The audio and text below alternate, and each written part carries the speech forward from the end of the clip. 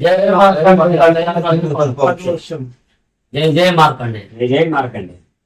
మా ward number 7 నుంచి దత్తు నరారి ముస్నూరు గారు అఖిల పద్మశాలి సమాజ్ కమిటీ మెంబర్ గా పోటీ చేస్తున్నాడు.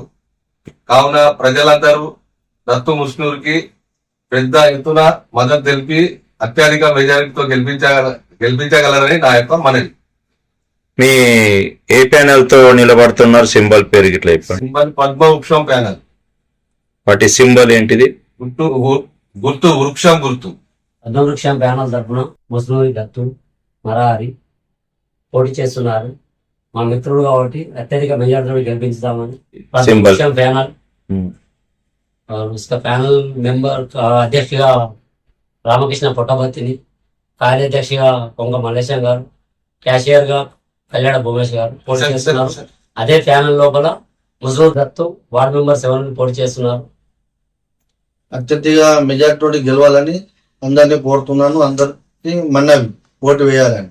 పద్మవృక్ష ప్యానల్ కి అయితే మీరు ఓటేయాలని అడుగుతున్నారు, ఎందు గురించి అని కొంచెం వాటి గురించి వివరిస్తారా? రామకృష్ణ పుట్టపత్రి గారు ఇంతకుముందు లైఫ్ మెంబర్ చేసి దానికి అందరికీ అవకాశం ఇచ్చారు. కమిటీ మెంబర్ చేసి అందరికి అవకాశం ఇచ్చారు కాబట్టి ఆయనకు ఓటు వేసి గెలిపించాలని మా ఆలోచన. పద్మ వృక్షం ప్యానల్ కి ఎందుకు ఓటేయాలంటే గత 3 సంవత్సరాల నుంచి కొన్ని మంచి పనులు చేశారు కాబట్టి ఓటు వేయాలని నేను కోరుచున్నాను.